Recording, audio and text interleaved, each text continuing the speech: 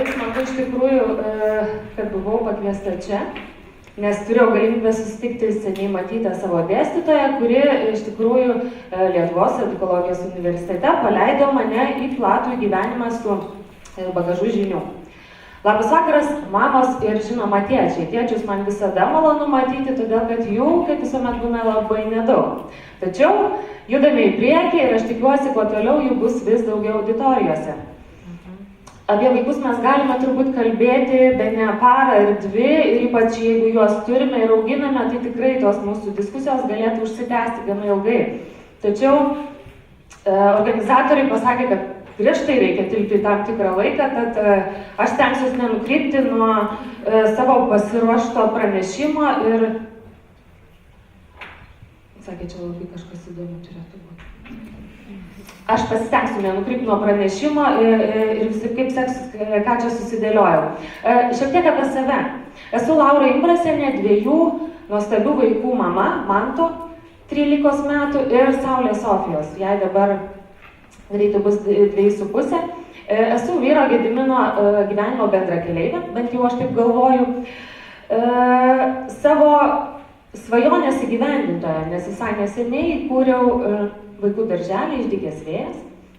Tenai dalinuosi savo širdimi, savo edukologinę patirtimį ir žinoma savo laikus su tėveliais, kurie patiki savo vaikus. Esu vis dar laidos Padėkime augti vedėja, su savo kūrybinė komanda nagrinėjame įvairaus amžiaus tarpsnius vaikus ir tėveliams atsakome į klausimus ir žinome padedame augti drauge su vaikais. Ilgą laiką praleisdavau vasaros stovyklose su 100 vaikų, kurios būdavo gera apdovanoti savo kūrybinėm idėjom ir žinoma džiaugtis, kai jie šypsodamiesi išvažiuodavo ir žadėdavo sugrįžti į vasaros stovyklą. Tai buvo mano patirtis su vaikais. Turbūt žinote, kad aš esu tas žmogus, kuris išviešino pagalbinio apvaisinimo temą ir iš tikrųjų labai stengiuosi padėti į mane besikreipiančioms mamoms, labai retai tėčiams, kurie nori sužinoti šiek tiek daugiau informacijos ir aš viliuosi, kad mūsų valstybė kažkada teiks pagalbą šioms šeimoms, kurios gali užauginti sąžiningus, labai dorus ir žinoma mylimus Lietuvos piliečius. Čia esu ne todėl, kad norėčiau kažkokias žinias jums įpiršti ir kažkaip tai teikti, kad kažką žinau ir kažką noriu jums tikrai atiduoti. Tačiau čia esu todėl, kad esu lygiai tokia pati mama kaip ir jūs. Auginu 2 vaikus ir labai dažnai klystu. Labai norėčiau paklausti jūsų, ar jūs klystate, ar jūs pripažįstate savo klaidas, matote jas ir mokate jas kažkaip tai keisti, jas kažkaip tai taisyti ir žinoma, pakelkite rankas, ar kas nors mato tos dalykus. Žinot, dalyvauti sutikau ir dėl to, kad galėčiau jūs pasivilioti iš tų teorinių dalykų prie realaus gyvenimo. Prie realaus reiškia atsakyti savo ir jums turbūt, kad nėra idealios mamos ir nėra idealaus tėčio.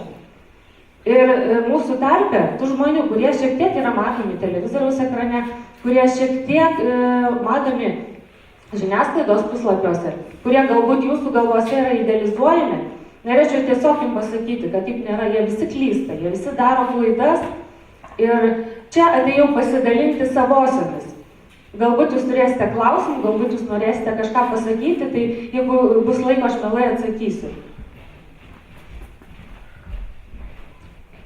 Keista, bet prieš auditoriją tai būna, kad jūs ta burna. Net geriausi mūsų visuomenės veikėjai, jie klysta ir iš tikrųjų kartais tiesiog stengiamasi tai nuslėpti, bet manau, kad svarbiausia yra pripažinti savo klaidas, nes tik tuomet mes tobulėjame ir galime kažką keisti. Pagal tai, kiek mačiau pakeltų rankų, noriu jūs nuraminti. Jūs visi esate normalūs, jūs visi esate puikūs tėvai, todėl kad jūs skiriate savo laiką, norėdami kažką naujo sužinoti, kažką naujo išgirsti ir žinoma tai pritaikyti savo šeimose. Aš taip pat esu klystanti, mano vyras irgi neišimtis, šiandien aš kaip tik su juo pasitariu ir pasikalbėjau, sako, taip, mes normalūs, sako. Mes klystam ir pripažįstam savo klaidas, o tada, kai jas pripažįstame, mes galime džiaugtis tėvystės malonumais ir džiaugsmais. Didžiausios pamokos, kurias mes išmokome iš savo vaikų. Maži vaikai labai dažnai primena, koks nepaprastas ir ypatingas yra gyvenimas čia ir dabar. Kai tuo tarpu mūsų suaugusių rūpestis dažnai nukrypsta į darbus, buitinius reikalus, finansinius lūkesčius, ateities norus ir vizijas.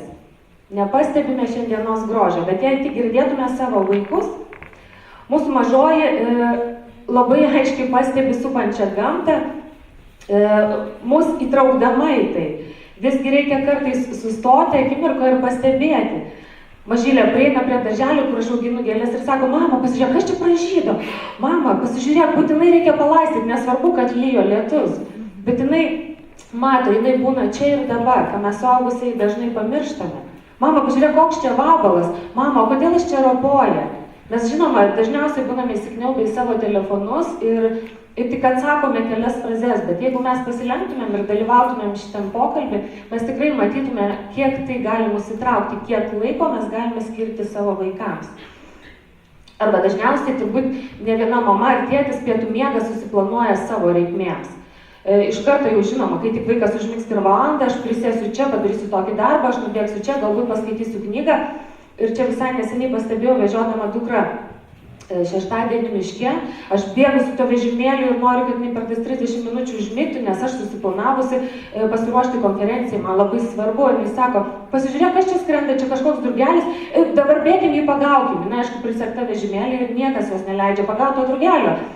Nors aš galėčiau ją atsekti, leisti ją bėgti per mėlynės, nukristi į samanas, pajausti, koks yra tas miškas, bet negi aš suplanavusi savo veiklą ir man reikia tą padaryti. Tai iš tikrųjų ima erzinti, kai mes esame užsibrėžę kažkokius tikslus ir vaikai mums neleidžia to padaryti. Dar viena pamoka, bet jau iš anksčiau, kai aš auginau sūnų Mantą ir dar turėjau šiokių tokių žalingų įpročių, kaip psichologė čia jūsų klausė, galbūt kažkas skubės iš auditorijos parūkyti. Tai aš tą irgi dariau kažkada ir man būdavo taip sunku, kai aš norėdavau, bet aš čia suplanavus, kad dabar ta cigaretė manęs laukia ir aš turiu išeiti ir mano sūnus nori dėmesio, jis reikalauja, kad aš būčiau su juo, o ašgi pykstu, nes tai man dabar reikia išeiti, nes čia mano yra norai, mano troškimai, kuriuos aš tiesiog negaliu suvaldyti. Kartais mes iš vaikų reikalaujame tokių dalykų, kurių patys nesukontroliuojame, kurių patys negalime kažkaip tai suvaldyti. Ir aš supratau, kad aš turiu kažką keisti savyje. Tai reiškia, aš turiu atsikratyti žalingų įpročių, kad tai nekeltų mano kažkokių bereikalingų emocijų, kad tai nepykdytų manęs vien dėl to, kad sūnus nori būti, kad nori galbūt, kad aš paskaityčiau jam knygą, o aš turiu kažkokių savo reikmių. Būdami su vaikais mes tikrai turime nepamiršti, kad mes esame pavyzdys jiems. Ir jeigu kažkada dabar jau mano paaugliui sūnui, aš sakysiu, ne, tu nerūkyk, ne, tai nėra gerai, pasižiūrėk, bet kas gali atsitikti, aš aišku, jam parodysiu pačią baisiausią medžiagą, kurį jį gali šokiruoti, bet jeigu aš būsiu blogas pavyzdys, tai nepadės. Tai tikrai niekur nenuves.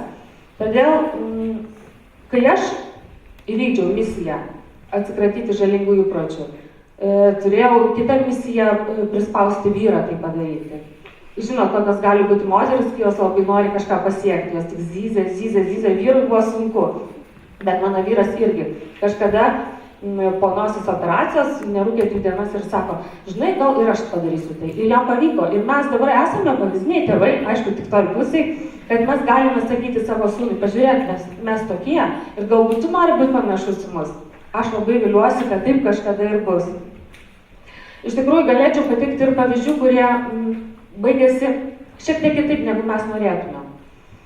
Man atrodydavo labai yra atsakingas veiksmas ir momentas, kai mes savo vaikus mokome būti atsargiais, mokome būti saugiais ir perspaudžiame tam tikrus dalykus. Šioje vietoje aš jums papasakosiu istoriją, kai aš perspaudžiau mokydamas savo sūnų, kuriam buvo gal 6 metai, pasilikti vieno namuose ir gink niekam neatidarinėti durų.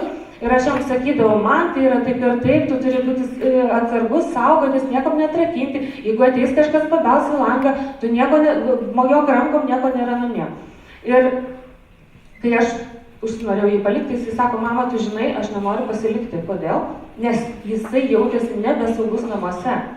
Aš su savo pertekliu informacijos perspaudžiau vaiką ir iš tikrųjų jį labiau užgąsdinau negu pamokiau. Tai iš tikrųjų tai verčia mus susimastyti, kodėl mes turėtumėm labai dozuoti informaciją, labai galvoti, kokio amžiaus vaikams mes tą pateikiame. Šeimos tradicijos ir jų svarba mūsų šeimoje, auklėjimo principai mūsų namuose. Pasiseka tiems, kas labai anksti atranda, jog asmeninis pavyzdys yra geriausia auklėjimo priemonė. Ar kada esate girdėję, sakant, neauklėkite vaikų, jie vis tiek bus panašus į jūs. Auklėkite save. Nėra nei gerų, nei blogų vaikų. Jie visi turi prigimtinės galias įsisavinti informaciją, žinias, kurias mes jiems suteikiame. Suprasti aplinką supantį pasaulį. Todėl maži vaikai priima viską, ką duoda suaugę esantys šalia, neatsirinkdami blogos ir geros informacijos. Tai visų pirma mūsų didelių žmonių atsakomybė, todėl savęs pažinimas, supratimas, savanaudiškų norų, troškimų suvaržymas ir savo minčių gyvenimo siekių išgryninimas yra labai svarbus. Ar bandėte kada savo vaikus stebėti iš šalies, kad suprastumėte, kokie jie panašus į jūs? Tai padeda pastebėti ir pozityvų jūsų įdirbį ir, žinoma, klaidas. Kažkada stebėjau, kaip mano mažoji Saulė Sofija žaidžia su žaisliukais. Labai kantriai dėlioja iš vienos vietos į kitą, žiūrėdama į kitas klausia, tai kas jai atrodo svarbu. Vienas žaisliukas staiga nukrenta ant žemės, jį pasodina, dar kartą jisai nukrenta, jį pasodina ir sako, Jonai, kodėl tu negali normaliai atsisėsti? Prašau tavęs atsisėsti. Ir staiga aš grįžtu į vieną situaciją, kai aš jos prašiau, kuomet jos galva buvo užimta visai ne tokiais dalykais, kurie man buvo svarbus. Tiesiog prašiau atsisėsti vieną kartą, antrą, trečią, penktą ir šeštą kartą aš pasakiau, Saulė, ar tu gali atsisėsti? Aš tavęs prašau. Tai iš tikrųjų vaikai yra mūsų veidrodis, tai reikia laiku pastebėti ir stengtis tokių klaidų nedaryti. Ir aš manau, kad jūs tikrai tą kartais matote.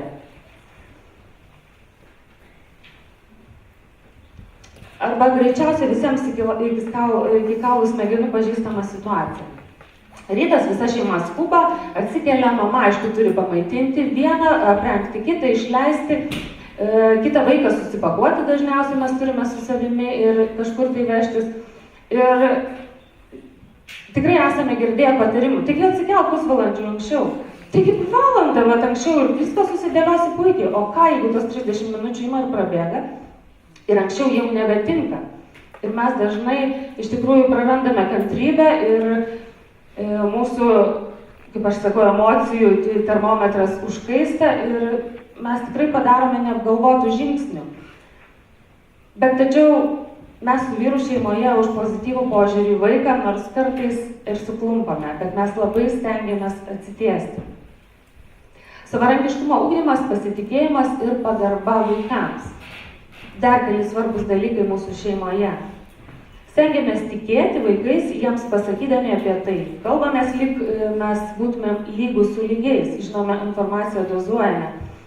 Tam tikrose situacijose leidžiame patiems bandyti, perspėdami apie pasekmes, už kurias vaikai būna atsakingi patys. Norėjai pasipilstyti iš puodelį į puodelį, žinai, kad bus balutė. Mano dukra 2,5 metų dar neturinti, jinai bėga skudurėlių, sako, mama, aš pati viską sutvarkysiu. Pas mus mėgstamas žaidimas namuose yra pupų dėliojimas, daugybė indelių, pupos išbarstamos po visus namus ir iš tikrųjų nekart yra buvę, kad eini, ta pupa po pėdą, po avalynę papuola, tu slysteli ir sakai, Saulė, ar tu matai? Taigi aš būčiau nugriuvus ir susižeidus, dabar jinai žino, mama niekur neik, aš turiu susitvarkyti, jinai susitvarko. Mes už tai, kad vaikai namuose turėtų kažkokias pareigas ir žinoma, kuo anksčiau taptų savarankiški. Vyresnysis mano sūnus labai anksti pradėjo gaminti. tą norą aš pamačiau, aš leidau jam bandyti, žinoma, po to, kai jisai prisiliesdavo, virtuvėje būdavo didžiulis chaosas, įvairiausių maisto produktų būdavo visur ir pilna, reikėdavo juos krapštyti, bet už tai 6 metų Matas mokėdavo pagaminti šaltibarščius, nesvarbu kokiais gabalais, bet jis galėdavo pasimaitinti.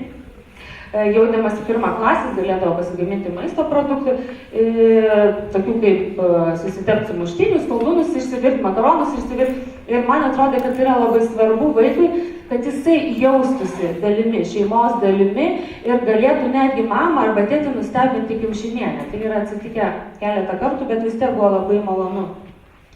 Dabar iš tikrųjų labai pastebimas vaikų nesavarankiškumas. Mano aplinkoje, kalbantis su draugėm, bičiuliais, matau, kad tėvai labai stengiasi vaikus vežioti visur pristatyti nuo taško iki taško. Tačiau aš, kaip girdėjote pranešime, Ramunė minėjo, stengiamės vaikus paleisti, stengiamės vaikus pamokyti ir jiem leisti bandyti ir klysti. Aišku, tas suklydimas yra baisus, kai tau skambina vaikas, džiaugiuosi, kad yra telefonai ir sako, mama, ir aš nesuprantu, kas jam atsitiko. Aš jau sakau, stop, neverk, pasakyk man yra, tu gyvas, sveikas, viskas gerai, avarė. Ne, mama, aš nuvažiavau ne į tą pusę. Tai nieko sakau, dabar ramiai susiras patikimą tetą, tik tetą, vyresnę. Ir jos paklaus, kur tu esi. Mama, aš esu ten ir ten. Tai gerai, kiek tu stotelį nuvažiavau, nežinau, man atrodo 2. Gerai, pasižiūrėk, ten yra parašyta, kokia tu stotelė, jis pasako, kokia stotelė, aišku, man tai nieko nesako, nes aš važinėjau automobiliu. Dabar tetos paklaus, kiek tau stotelių reikia nuvažiuoti iki mokytojų namų. Jisai pasiklausė. Taip mes pamažu išmokstame valdyti situacijas ir nebijoti. Tikrai smagu, kad yra telefonai, kartais jie išsikrauna, bet nieko tokio. Vaikai žino, kad nereikia pulti į paniką. Tiesiog reikia bandyti klausti, susirasti patikimus žmonės ir taip jau vėliau išmokyti mamą, nuvažiuoti ten, kur reikia, kai sugenda mašina, atidaryti jai susisiekimo paslaugas ir pasakyti, kur kokie maršrutai, kur kokie autobusai ir būtinai pridurti, nu tai mama, ką tu nežinai, mamos jau nebedaug žino. Ir dar tai, kas atrodo labai svarbu, visuomet atsakyti vaikams į iškilusius klausimus, kokie jie bebūtų. Nėra kvailų klausimų, turbūt visi mes jau šitą žinome, tačiau mes su savo mažai darome eksperimentą. Kai jinai paklausė, kodėl, mes sakome, o todėl. O jinai atsisuka ir sako, tai atsakyk man, prašau. Jinai žino, kad į kiekvieną klausimą turi būti atsakymas ir pagal vaiko amžių mes tikrai turime jiems atsakyti.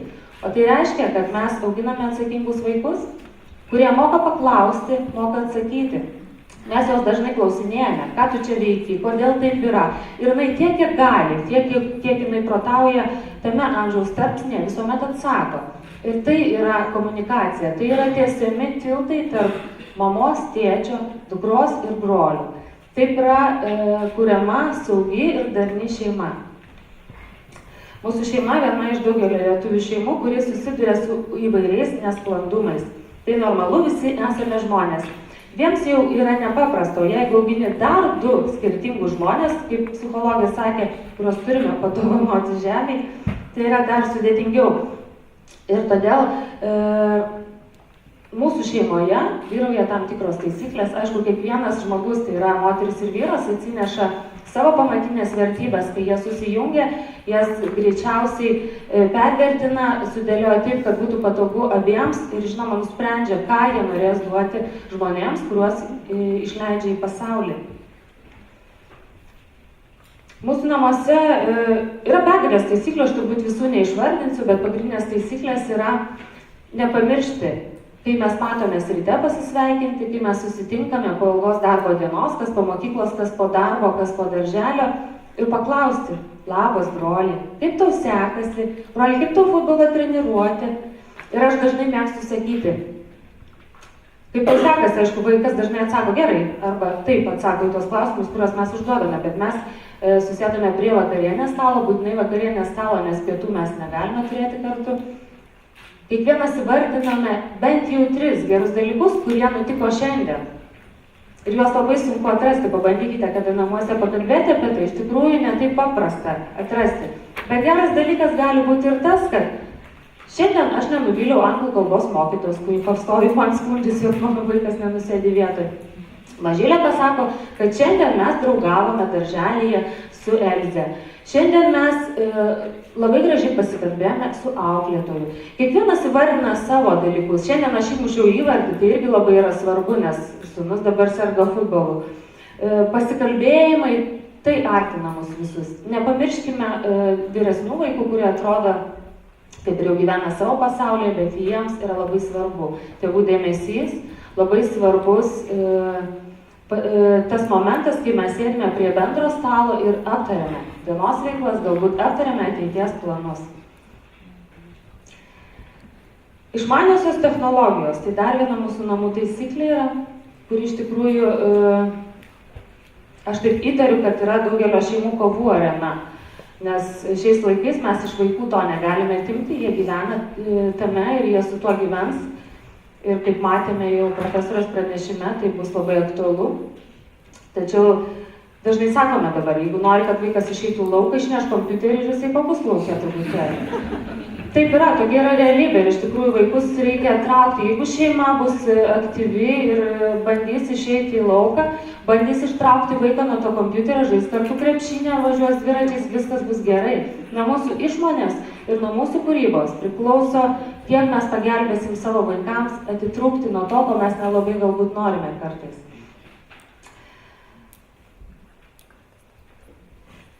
Pas mus yra taisyklė atlikti tam tikrus darbus. Tai yra prisidėti prie šeimos gyvenimo. Labai girdėjau ir mane nuvylė kai kuriuose šeimose įsivyravęs toks modelis, kad už namų darbus, ruošos darbus yra mokami pinigai. Nežinau, ar jūs sutinkate su tokiais dalykais, bet aš kategoriškai prieštarauju, nes kai mano vaikas kažkada pabandė man pasakyti, man tai sako, prašau, nuskusk pietum bulvyčių. 1 euras. Gerai, sakau, pietus 5 eurai. Negali būti tokių dalykų šeimoje. Man taip atrodo, mano giliu supratimu. Todėl mes kalbamės, kad tavo pareigos yra siurbliuoti kambarius, nuskusti bulves ar padėti mamai, kai mes gaminame kažką, tai jis beje mėgsta, tai aš labai džiaugiuosi, kad galiu lengvai traukti. Namų darbai irgi yra į tas pareigas įrašyti. Ir vaikas tikrai turi būti atsakingas. Ypač, nežinau, 13-metis paauglys, man atrodo, jau geba atsakyti pats už save, už savo mokymosi rezultatus. Ir aš kaip darželė esu susidūrusi su veterinarija. Ir aš sakau, man tai, aš būsiu veterinarijos tarnyba. Aš tikrinsiu namų darbus ne pagal planą, kas pusę metų, o tada, kaip man šaus. Žodžiu, bus neplaniniai patikrinimai. Ir jisai žino, jeigu bus neplaninis patikrinimas, ir jeigu aš rasiu nepadarytus namų darbus, ką jis turėtų daryti? Komunikacijos bus atjungtos. Mes susitarėm pagal jau nusižengimo dydį, komunikacijos atjungiamos 2 dienom, savaitį, o gali būti ir mėnesį. Bet vaikas akyse pagerėja, jis imasi įvairiausių veiklų, jis turi ką veikti, jis aišku užsidirbinėja, skaičiuoja dienas ir nepatikėsite, tai yra braukoma kalendoriuje. Ir tai yra labai svarbu. Tai yra vienintelė priemonė, kurią aš galiu kontroliuoti savo sūnų. Tikiuosi, dar kažkiek laiko tai pavyks daryti. Žinoma, mes visi paisome vieni kitų norų ir labai stengiamės vieni dėl kitų iš tikrųjų, nes tai yra labai svarbu. Labai smagu matyti, kaip pasikeitė mano vyras, kai aš auginau sūnų, man atrodė, jog aš tą darau viena. Ir iš tikrųjų visuomet norėjau, kad tai būtų mūsų abiejų darbas ir kad mes galėtumėm tą daryti kartu. Bet iš tikrųjų yra mano nuomonė, yra vyro nuomonė. Ir jinai niekada nebus vienoda. Ir aš labai stengiausi ir tik dabar augindama dukrą išmokau paisyti jo nuomonės ir nesakyti ant viršaus, aš aišku sakau kitą kalbą, kad vaikai nesuprastų. Jam pamokymus jis dabar sako, stop, aš pat žinau, ką daryti, eik. Ir jisai susitarė su vaikais. Aš labai džiaugiuosi, kad jis dalyvauja ugdymo procese. Ta tikrai turėtų daryti ne vien mamos, o ir tėčiai. Dar vienas svarbus dalykas, kurį atradome augdami kartu su vaikais. Stebėti, kaip greitai bėga laikas, keičiasi vaikai. Nepamiršti praplėsti galimybių ir taisyklių ribas. Dėl ko atsirado tas dalykas, kai aš supratau, jog būtina praplėsti vaikų galimybių ribas. Man tas labai aiškiai žinojo, būdamas 4 klasėje dar, kad aš labai nemėgstu, kad jisai už pinigus, kuriuos aš skiriu pietums, pirktų saldainius, Coca-Cola ar energetinius gėrimus. Labai stengiausi jam apie tai pasakoti, bet aišku, atsirado klasėje geriausias draugas, kuris pamokė, kaip mama galima gauti. Ir jisai pasakė, einam tenai, mama kaip nesužinos, kaip jinai patikrins, kad tu pietų nevalgai. Tai aišku, aš nepatikrinsiu. Tačiau aš turėjau agentų toje klasėje, kurie man taip tyliai pasakė, kad yra taip ir taip. Ir aš aišku savo gudrumu sugalvojau. Mama sako, kaip tu taip atspėjai, ką aš darau negerai. Nu, va taip sakau, čia tokia yra mamos galia. Ir tuomet pasikalbėjome mes su juo. Sakau, ar tu nori pirkti čipsus? Ar tu nori gerti Coca-Colą? Nu, sakau, tai yra mano akimis, yra nesveika, yra negerai. Bet jeigu tu nori, susitarkime, kad tai bus kažkada per savaitę, vienas kartas, kai tu tą galėsi padaryti. Bet būk geras, valgyk pietus. Ir jam to pakako. Tai yra puikus galimybių ir ribų praplėtimas, kai mes sutarėme su vaiku ir jis tikrai nebenori klausyti to draugo, kuris pamokė kažkaip tai apmauti savo mamą. Ir mes visuomet liekame su vaikais draugais ir žinoma, artimi santykiai jie nenutrūksta. Dar turiu laiko, gerai. Dar pagalvojau apie tokį dalyką, kai turiu pasakyti, pastebėjau, kažkada leidau dukrai važiuoti ne automobilinėje kėdutėje, taip aš esu bloga mama, bet taip atsitiko, kad važiavome kitoje mašinoje ir aš supratau, kiek mes patys kūrėme taisyklės ir kiek mes patys jas laužydami vaikam padedame pasiklysti. Nes vieną kartą leidus nevažiuoti kėdutėje, kitą kartą jinai jau nebenorės sėsti kėdutėje ir sakyti, o kodėl tada galima buvo. Tai mes turime būti labai atidus ir žiūrėti, kad patys savo sukurtų taisyklių nelaužytumėm, nes vaikai labai greitai išmoksta ir prisitaiko, jie išmoksta netgi meluoti, todėl kad mato mus nusižengiant savo pačių sukurtom taisyklėm. Jausmų atpažinimas ir įvardinimas tai yra labai populiaru, bet iš tikrųjų tai palengvina gyvenimą. Iš tikrųjų, kaip vaikam išmokti kontroliuoti tam tikras emocijas, jeigu mes suaugę jų nesugebam kontroliuoti. Jeigu mums patiem, pasakykit, nugi būna ir jums, kad jums ima ir pakyla jausmų termometras iki jau nebegaliu. Aš ką darau, aš užsidarau tualetę, pakvėpuoju, išeinu ir jau aš būnu kita mama. Aš suprantu, čia yra tik vaikas, jisai mane bando. Ir su antru vaiku aš tikrai įgavau daug daugiau kantrybės. Aš išmokau, kaip nuleisti tas emocijas, kaip išklausyti ir girdėti. Ir aš išmokau dar vieną dalyką, jog aš privalau ir vaikui leisti. Privalau vaikui leisti išjausti. Privalau vaikui patarti, pamokyti ir pasakyti, įvardinti emocijas, kurias labai svarbu išmokti, jausti, įvardinti ir kontroliuoti. Tik tada mūsų vaikai galės padėti ir kitam šalia esančiam žmogui, darželyje ar mokykloje jie galės lengviau adaptuotis, o jo labiau suaugę galės tikrai lengvai prisitaikyti. Mieli tėveliai, daug mes skaitome šiais laikais, daugybę seminarų lankome, konferencijų, ieškome atsakymų į iškilusius klausimus ir daliname straipsniais, stengiamės pastoviai mokytis, domėtis ir sužinoti. Tai darant mūsų aplanko supratimas, kad vis tiek yra kažkas negerai, vis dar trūksta žinių, patirties, vis kažkaip neramu. Neramu paleisti nuo savęs vaikus. O čia žiūrėk, jie ėmė ir užaugo. Tikrai puikiai žmonėmis ir turime žinoti, kad mūsų vaikai viską įveiks. Nepavykus bandys dar kartą ir padarys. Jie pasieks tai, ko siekia ir tikrai užaugs laimingai žmonėmis. Nes mes, atsakingi tėvai, padėdami jiems augti, padarėme viską nuoširdžiai ir dar augome su jais drauge. Ir pabaigai norėčiau jums paskaityti Kalilio Džibrano, nežinau, ar esate skaitę, bet man šitie žodžiai labai patinka ir jie iš tikrųjų atsako daugybę klausimų. Jūsų vaikai nėra jūsų. Jie sūnus ir dukros gyvenimo, paties savęs besiilginčio. Jie ateina per jūs, bet ne iš jūsų. Ir nors jie su jumis, bet jie jums nepriklauso. Jūs galite duoti jiems savo meilę, bet ne savo mintis, nes jie turi savasias. Jūs galite priklausti jų kūnus, bet ne jų sielas, nes jų sielos gyvena rytdienos rūme, kuriame jūs negalite apsilankyti netgi savo svajonėse. Jūs galite stengtis būti tokie kaip jie, bet nesistengkite jų padaryti panašių į save, nes gyvenimas negrįžta atgalios ir negaišta su vakarykštė diena. Jūs esat lankai, iš kurių kaip gyvos strėlės paleisti jūsų vaikai. Lankininkas mato taikinį amžinybės kely. Įsitempia jūs savo gale, kad jos strėlės skrietų greitai ir toli. Tegu jūsų buvimas lankininko rankoj teikia jums tik džiaugsmą. Nes kaip jis myli strėlę, kuri lekia, taip myli jis ir lanką, kuris yra tvirtas. Ačiū už dėmesį.